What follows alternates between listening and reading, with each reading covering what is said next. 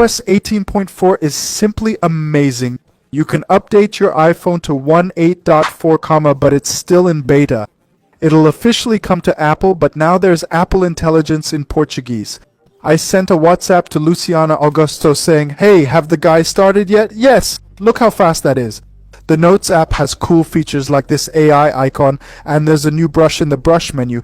Clicking the AI icon lets you rewrite text that you... For example, if you want friendly text, it'll do that. Friendly text based on what you have or custom templates. If you like handwriting, especially on iPad, even if messy, you can select it. In the three dots menu, there's a straighten option to improve the text. There's also a refine option to neaten your writing without losing its character. You can even make rough sketches and use the AI brush to improve them. You can choose the style you want, like 3D or startup design. Follow and share.